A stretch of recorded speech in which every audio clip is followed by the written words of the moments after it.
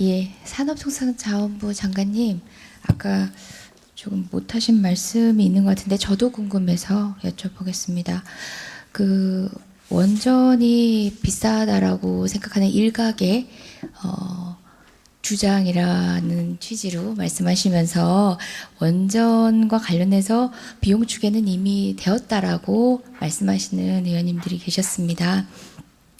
뭐 폐로 비용과 관련해서 5천억 원이라고 이야기하셨는데 원전 폐로 비용 얼마인가요?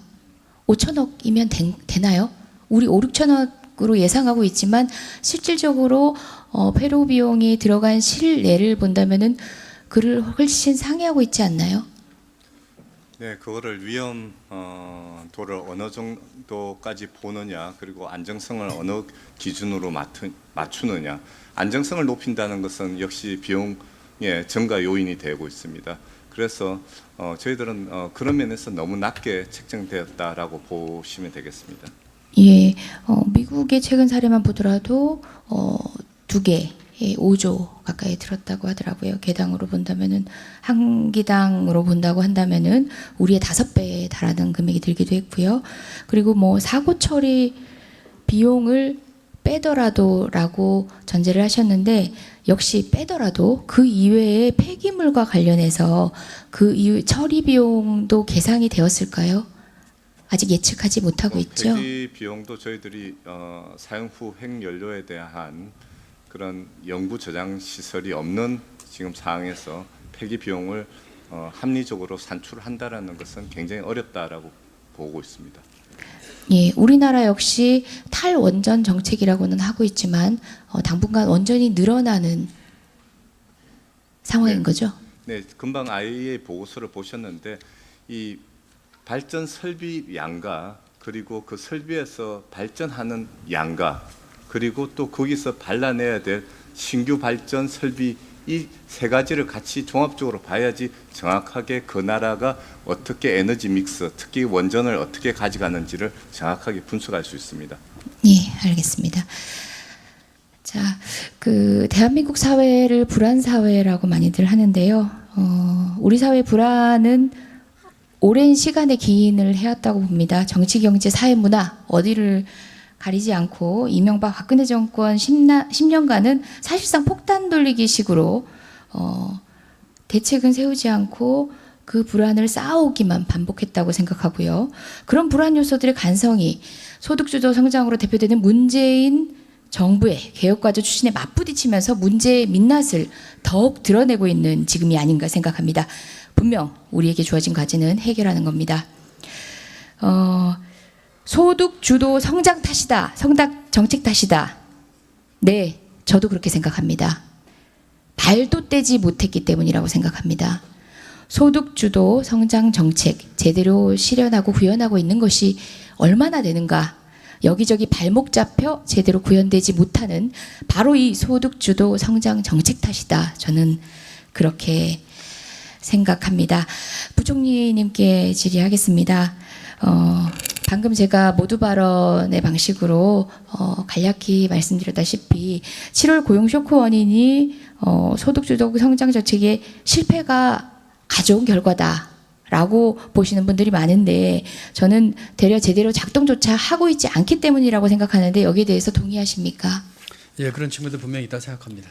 예, 제가 보기에는 최저임금 인상 외에는 심지어 근로시간 단축 같은 경우에는 300원 이상 사업장이라든지 실질적으로 이제 적용되는 뭐 단계적 적용을 감안한다면 2020년 이후인 경우가 많고요.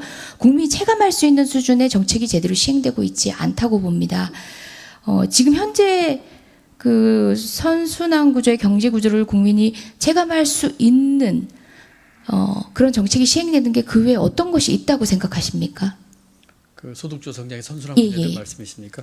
지금 뭐 아까 말씀드린 것처럼 소득주 성장에 있는 여러 가지 패키지 중에서 사회 안전망 쪽에서 뭐 일부 저희가 좀 하는 것이 있고요. 그렇지만 아직 뭐 본격적으로까지 그 궤도를 얻다고 생각하지 않습니다. 또 예. 제가 얘기하는 그 인적 자본 투자 문제도 마찬가지고요. 예.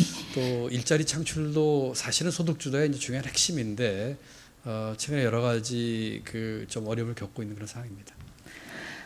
예, 뭐 아까 문재인 대통령의 발언이 나왔었는데요. 반짝 부양책보다 분배 구조 개선을 위한 체질 개선이 필요하다라는 것이 바로 지금 소득주도 성장 정책을 대하는 우리의 자세여야 한다는 생각입니다.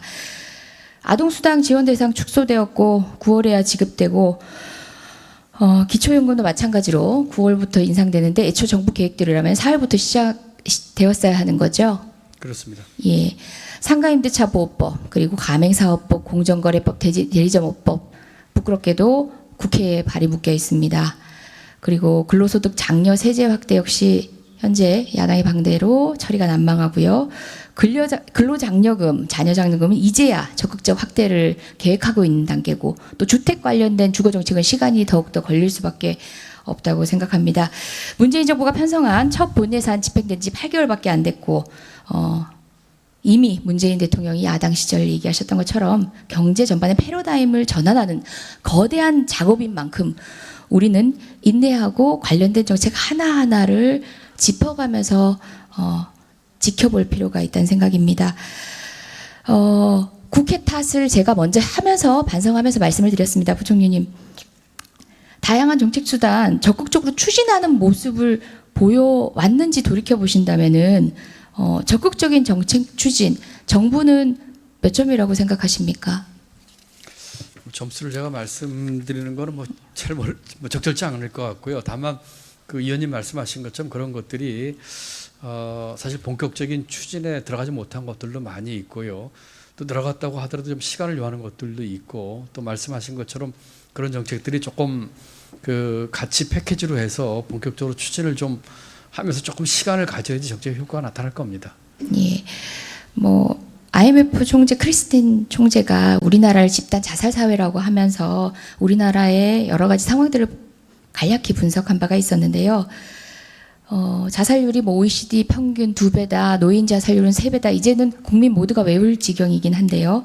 이 같은 현상 전반에 대해서 점검을 하면서 결혼하지 않고 출산율 하락하고 성장률, 생산성 떨어지고 재정이 악화되고 있다라는 이야기를 했습니다. 그래서 제가 성장 동력을 잃고 있고 현재 발빠른 지표로 우리가 경제 성장을 확인할 수 없는 또 다른 요소 중에 하나인 출산율에 대한 분석을 해봤더니 이미 알다시피 사상 최저 수준의 합계 출산율 그리고 24년 만에 출생 인구가 절반으로 줄었더라고요. 그런데 2006년 1차 저출산 고령사회 기본계획 시행 후에 13년간 저출산 관련 예산이 153조 원에 달함에도 불구하고 제 효과를 거두지 못하고 있습니다.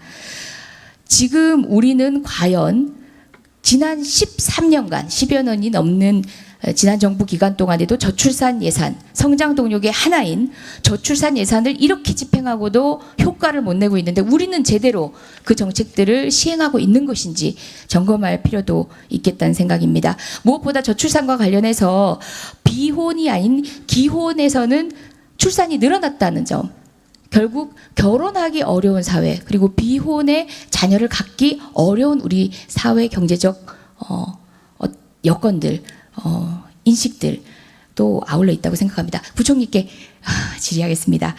비정규직의 임금을 정규직 80% 수준까지 끌어올리는 적극적 소득 재분배와 최저임금 인상 그리고 노동시간 단축과 유연근무 도입, 아동수당 지급 확대, 여성 근로자 채용 확대, 지방재정, 지방일자리 확대 이러한 정책 제가 그냥 나열을 한번 해봤는데요. 문재인 정부가 추진 중인 소득주도 성장과 상당 부분 맥락을 같이 한 정책이라고 생각하는데 부총리 생각 어떠십니까? 네, 저도 그렇게 생각합니다.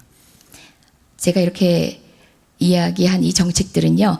2016년 출산 합계율 1.46을 달성하면서 21년 만에 최고치를 기록한 일본이 총리 직속의 1억 총활약 추진실이라는 것을 두고 플랜을 시행했는데 1억 총활약 플랜이라는 내용의 바로 주요 내용들입니다. 상당한 부분 눈여겨봐야 될 지점들이 있다고 생각하고요. 현재 우리 정부가 추진하고 있는 여러 개의 정책들 아직 발목 잡혀 시행되지조차 못하고 있는 여러 정책들과도 맞닿아 있다고 봅니다. 부총리님 생각 어떠십니까? 예, 의원님 생각에 동일하고요. 이 저출산 문제를 정부에서 많은 고민을 하고 있고 아까 153조 말씀을 하셨고 재정에서도 내년에 더 늘리긴 합니다만 이것이 그 재정과 정부 정책이 선도를 해야 되겠지만 결국은 사회 전체적으로 이 분위기와 그 고용 문화 또 그 양성 평등 문제 하여튼 복합적으로 같이 좀 우리 사회가 노력을 해야지 풀 수 있는 문제라고 생각합니다. 사실 현재 이런 수치들이 소득주도 성장 정책의 밀착이라고 볼 수 없지만 우리의 성적표인 것은 분명한 것 같습니다. 문재인 정부가 받았던 성적표이고 모두가 어쨌든 반성해야 될 지점이고요. 그런 측면에서 모든 국무위원님들 그리고 선배 동료 의원님들도 함께 노력해 주실 것을 간곡히 요청드리겠습니다. 이상입니다. 네, 수고하셨습니다. 다음은 존경하는 김성원 의원님 질의하시겠습니다.